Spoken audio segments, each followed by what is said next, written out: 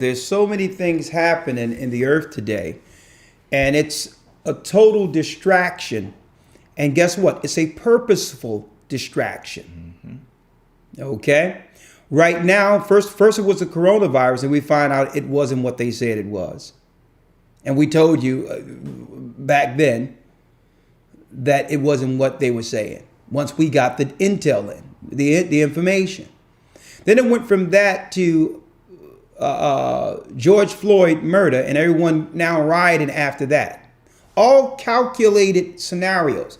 Now that began the racial tension. So it went from a cold, a sickness, to racial tension. Then it went from racial tension, still culminating and stoking that fire, the government powers are, to fires, where now they're purposely burning. And I told people for years, even when I was overseas, that those California fires and all that each year are purposely, they're set on fire purposely through incineraries. I told people, because it was a part of Agenda 21, because they know a lot of people camp. They want to make sure there's no escape areas for people, and they're looking to force people into the cities before martial law. That's all this is. So during this time of atonement, we need to stop focusing mainly on what they're doing and what God is saying, what Christ is saying, what the Bible is saying concerning this in preparation.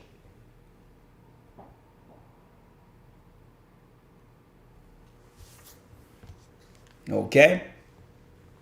Let me put this out there. A chain is only as strong as its weakest link, right? You have one link in there and the whole thing breaks. So and that also applies to the body of Christ. That also applies when it comes to strengthening ourselves in preparation for what's to come. We've told people a long time ago. We say it over and over again.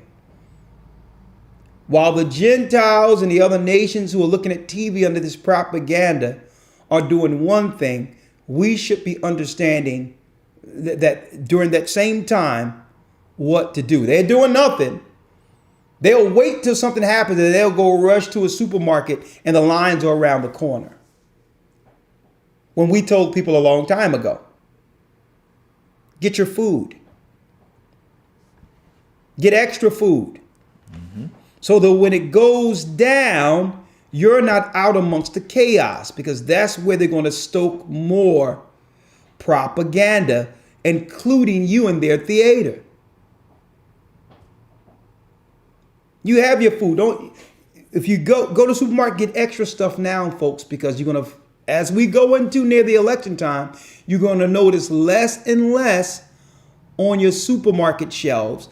And you're going to realize they're closing down Walmarts for a purpose. These are going to be containment centers or processing centers. Okay?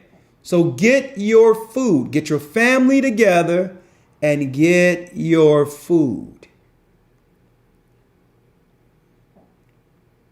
Some of you say, well, what about the church? The church, yeah, we're preparing our people. But what happens if you're stuck in your home and you can't immediately get to one place or the next for a moment? You're going to say, well, I thought the church was going to do something? Right. No. Yes, we have things in place where we have officers to check in to make sure brothers and sisters are moved to certain areas, in an emergency situation. But that's an emergency situation. You still have to make it where you're not forced to run into the hands of those who have food, which is FEMA.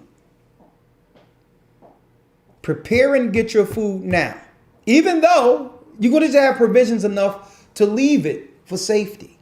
And that's what it's about. We're not saying this food is going to sustain you through. Right. You're just not out amongst the chaos. Exactly. So if you got to bunker down until we come get you, until someone come help you, your children aren't starving. Right. Okay? And I'm going to say, do that now. Make sure you have provisions in your home. And also, I made it clear, develop that circle you'll be a part of. The churches, we all have our own circles from one city to the next until we're all together. And each church is careful with who comes in after all the work it took to actually prepare that church for those who are in it. Mm-hmm. That's right. So this is not like it's not like you can just walk in. It's not like that. We're not living in that time. That's right. People come through, the regional elders speak to you, find out what's going on with you, and then we connect you with a bishop over a church, and then we go through a preparation and orientation with the word to make sure you understand what you are actually coming into. Then you're baptized and you're working amongst the church. It's a process. We're not just having doors open and just singing.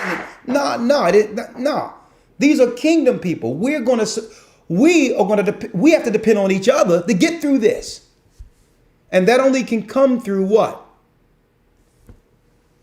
Developed relationship. And each church has it. And each church are being directed through our elders meetings weekly.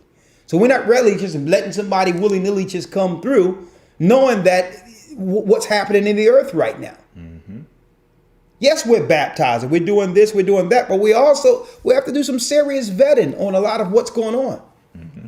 Because it's clear based on what we see now. People will be amongst us, and then next thing you know, you see them on a video somewhere. Right. Speaking against the work. So we have to be careful. So I just want to make this clear, brothers and sisters. All right?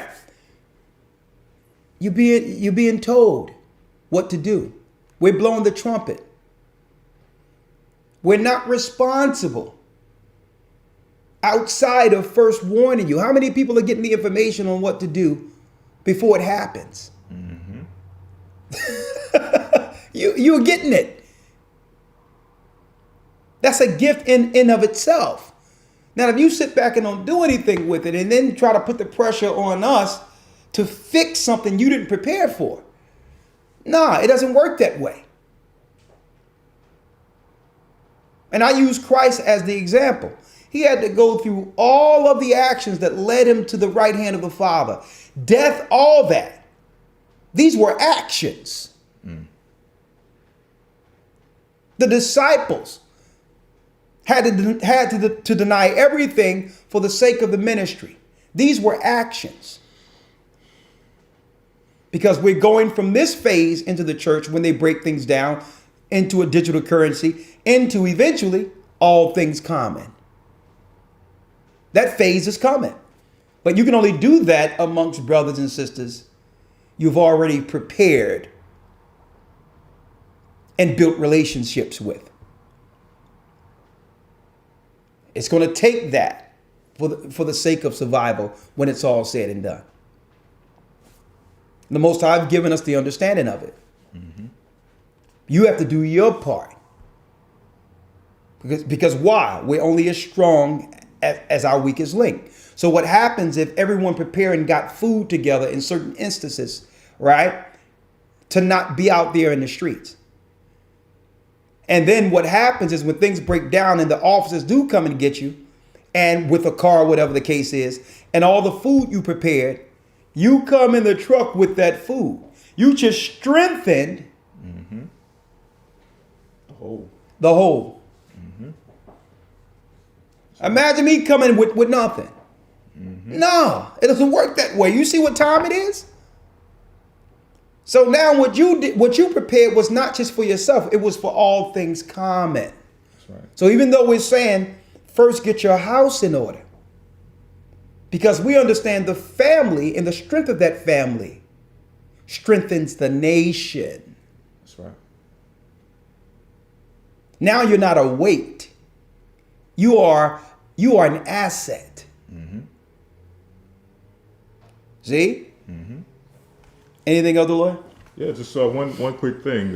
It's not like these warnings have started just yesterday or at the beginning of all of these things we're seeing. For years, we've been putting it out amongst the congregations, officers and elders and deacons in local congregations. We make sure in the announcements to let brothers and sisters know to prepare for emergency situations such as the one we're seeing.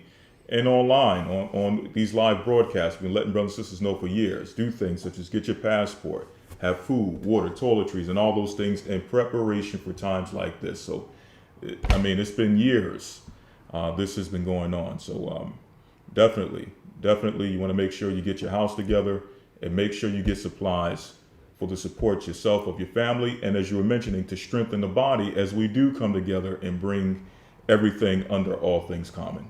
Yeah. Because we don't want people at the end of, well, I thought y'all was doing that. I thought, what are you talking about? We have a whole body, a whole church to plan for.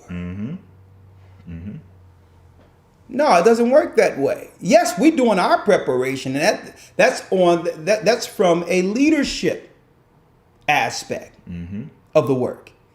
But you are responsible for what's in your home. That's right. And to protect your home. Okay? You have to, and guess what? It's going to ramp us up to that next level of accountability. Okay? The next level of accountability. Elder Lawyer. Yes, sir. Real quick, I just want to break one thing down real quick. Yes, sir. Let's go to the second Baruch real quick. About the breaking down the signs. Yes, sir. To show you that they're doing this all at once, throwing different things at us at once. Exactly how the Most High said it would happen. Now, who's doing this? The enemy.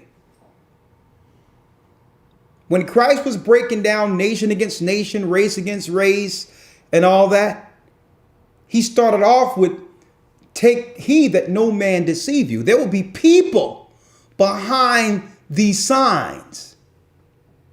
These attacks against Jerusalem, these attacks against God's people would bring us signs we can point to, and which Christ would have to come back to save us out of. So people got it backwards. They thought the signs were the Most High sending this and the Most High. No, a lot of this stuff in the earth right now is engineered by Satan and his ministers, mainly led through the Roman Catholic Church, the Romans. You'll see signs. Let's read it. 2nd Baruch chapter 25 verse 1. And he answered and said unto me, Thou too shalt be preserved till that time, till the sign which the Most High will work for the inhabitants of the earth in the end of days.